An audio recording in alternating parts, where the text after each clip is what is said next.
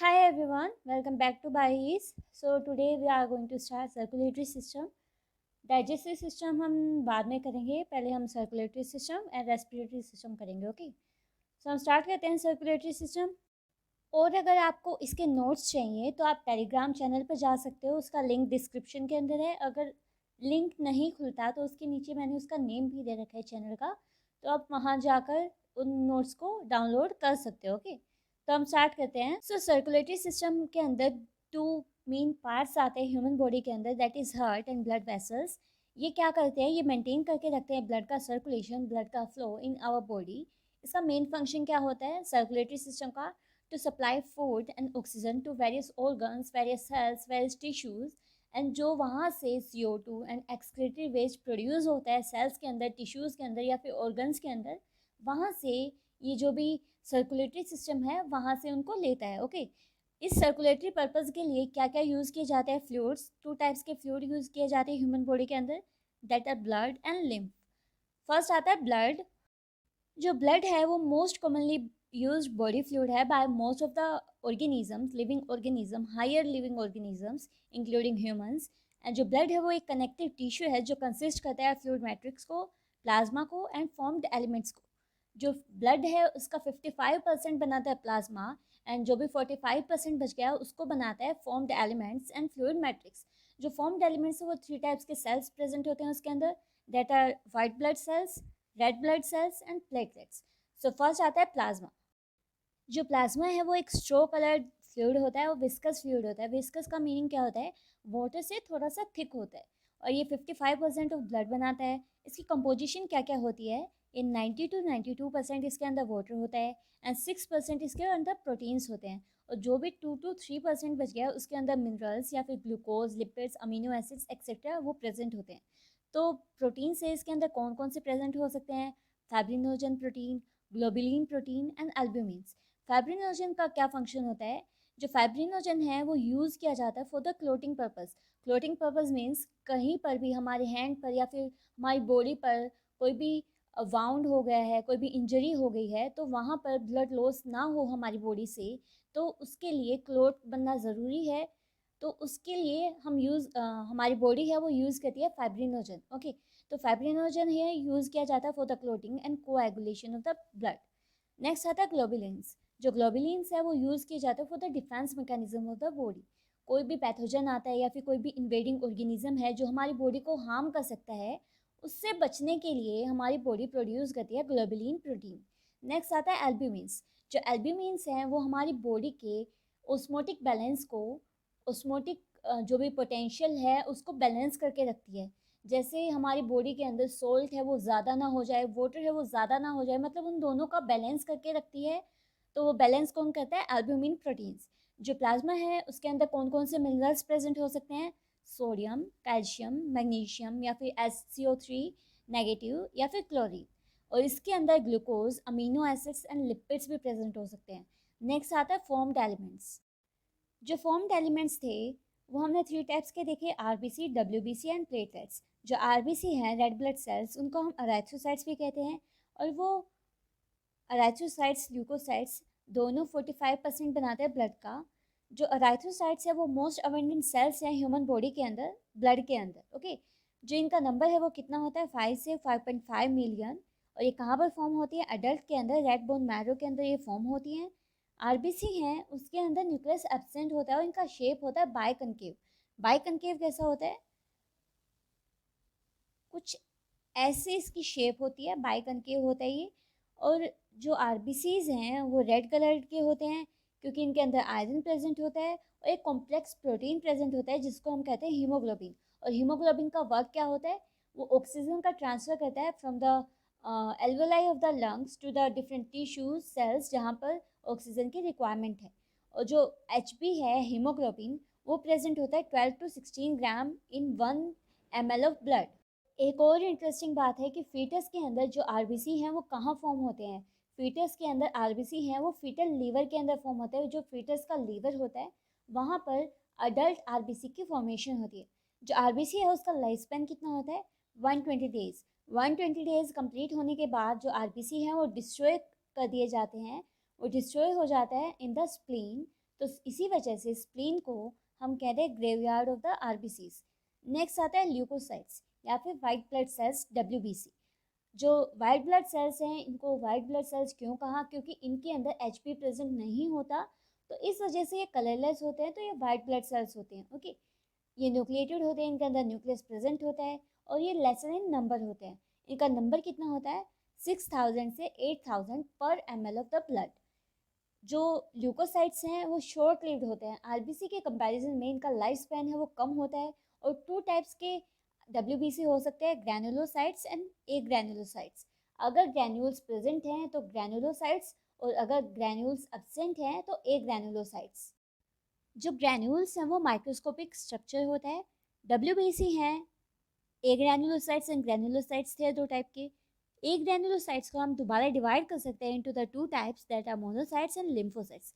जो लिम्फोसाइट्स उनको हम अगेन डिवाइड कर सकते हैं into two types that are B lymphocytes and T lymphocytes. जो ग्रैनुलोसाइट्स हैं उनको हम थ्री टाइप्स के अंदर डिवाइड कर सकते हैं, neutrophils, असाइनोफिल्स and basophils.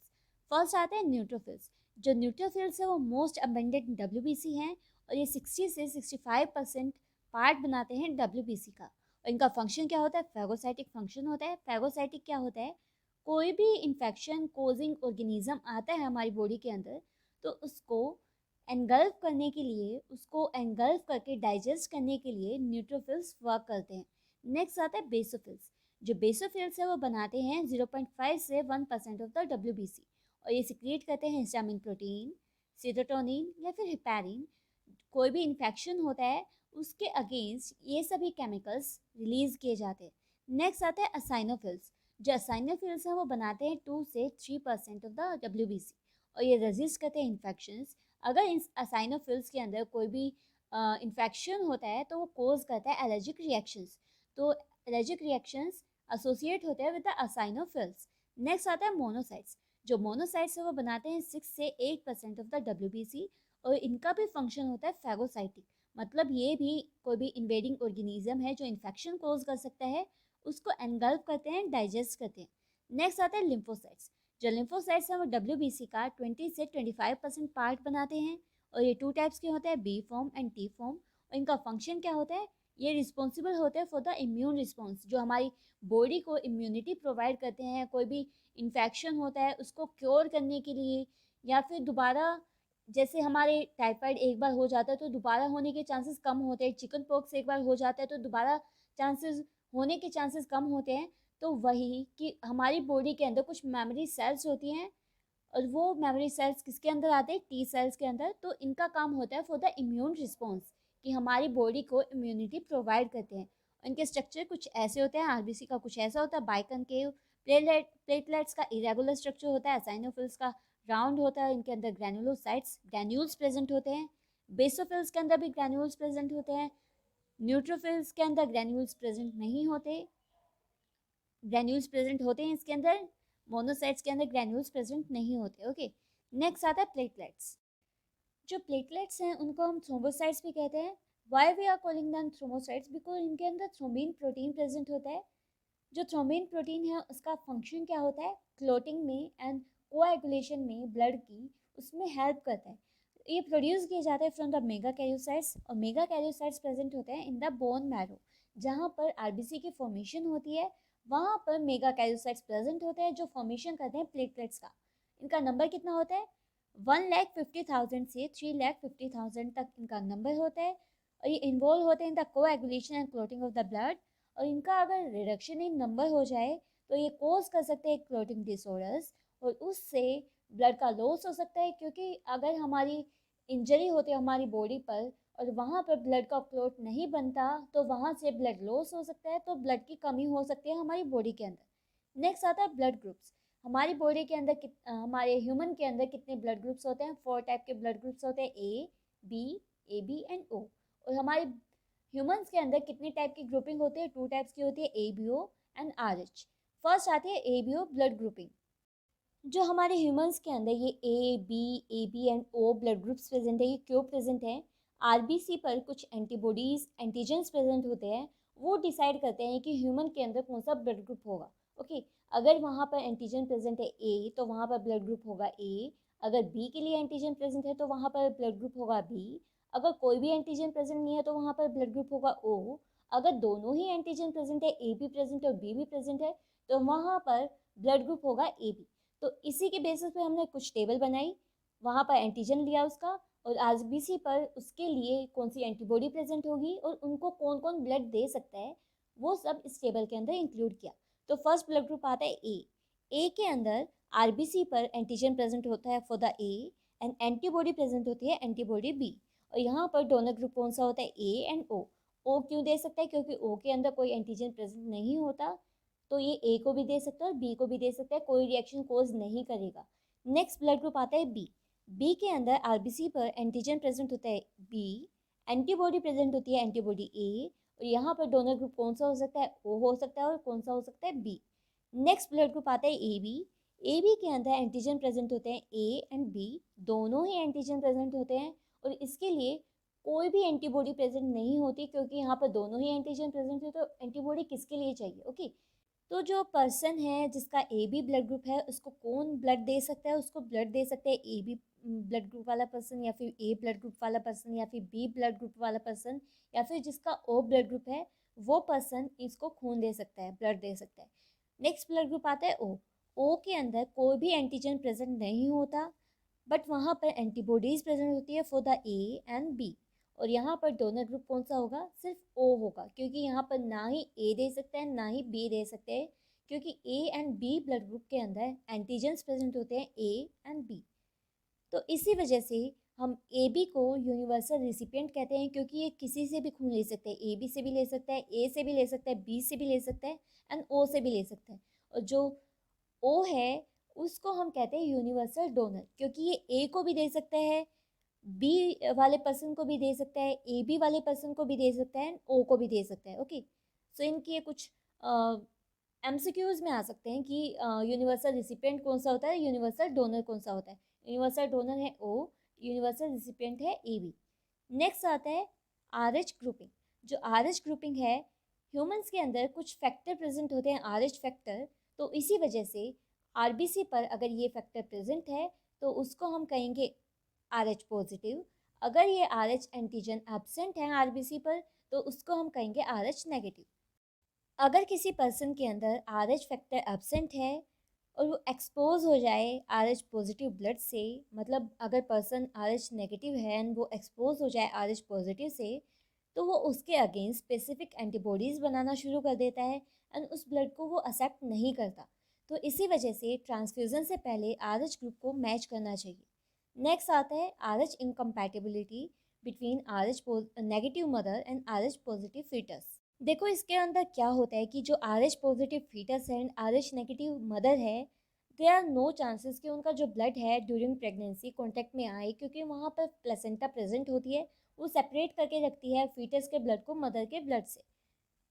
But during delivery there are chances कि जो फीटस का ब्लड है मदर के ब्लड के कॉन्टैक्ट में आ सकता है, तो वहाँ पर मदर का ब्लड उसके कॉन्टैक्ट में आने के बाद वहाँ पर फॉर्मेशन स्टार्ट कर देती है आर एच एंटीबॉडीज़ की, और ये एंटीबॉडीज़ अगेंस्ट वर्क करती हैं आर एच एंटीजन की। और आर एच एंटीजन कहाँ प्रेजेंट थे, फीटस के अंदर, तो वो वहाँ पर उसके आरबीसीज को डिस्ट्रॉय कर सकती है, तो वहाँ पर बेबी को एनीमिया या फिर जोंडिस हो सकता है, और उस कंडीशन को हम कहते हैं एराथ्रोब्लास्टोसिस फिटालिस। तो यहाँ पर बेबी को या तो एनीमिया या फिर जोंडिस कोज हो सकता है। तो इसका ट्रीटमेंट क्या है कि डिलीवरी से पहले जो मदर है उसको एंटी आर एच एंटीबॉडीज़ का इंजेक्शन लगाया जाए ताकि ये कंडीशन कोज ना हो। नेक्स्ट आता है कोएगुलेशन ऑफ द ब्लड। देखो आपने देखा होगा कि हमारे कोई भी इंजरी होती है बॉडी पर, वहाँ से अगर ब्लड लॉस हो रहा है तो उसको प्रिवेंट करने के लिए वहाँ पर क्लॉट की फॉर्मेशन हो जाती है, और ये क्लॉट की फॉर्मेशन कौन करवाता है, ब्लड के अंदर जो क्लॉटिंग फैक्टर्स प्रेजेंट है वो इस क्लॉट की फॉर्मेशन करवाते हैं ताकि एक्सेसिव लॉस है ब्लड का वो ना हो सके। तो अगर कोई भी इंजरी होती है तो वहाँ पर ये clotting factors reddish brown scum की फॉर्मेशन कर देते हैं, जिसको हम क्लॉट या फिर कोएगुलेशन भी कहते हैं। और ये क्या होता है, ये एक नेटवर्क होता है थ्रेड्स का, जिनको हम कहते हैं फाइब्रिनोजन फाइब्रिन्स। और ये फाइब्रिन्स हैं, फाइब्रिनोजन की फॉर्म में प्रेजेंट होते हैं ब्लड के अंदर, और इनको एक्टिवेट कौन करता है, थ्रोम्बिन प्रोटीन। और थ्रोम्बिन प्रोटीन इनको एक्टिवेट करके फाइब्रिन के अंदर कन्वर्ट करता है, और ये फाइब्रिन है क्लॉट की फॉर्मेशन करते हैं।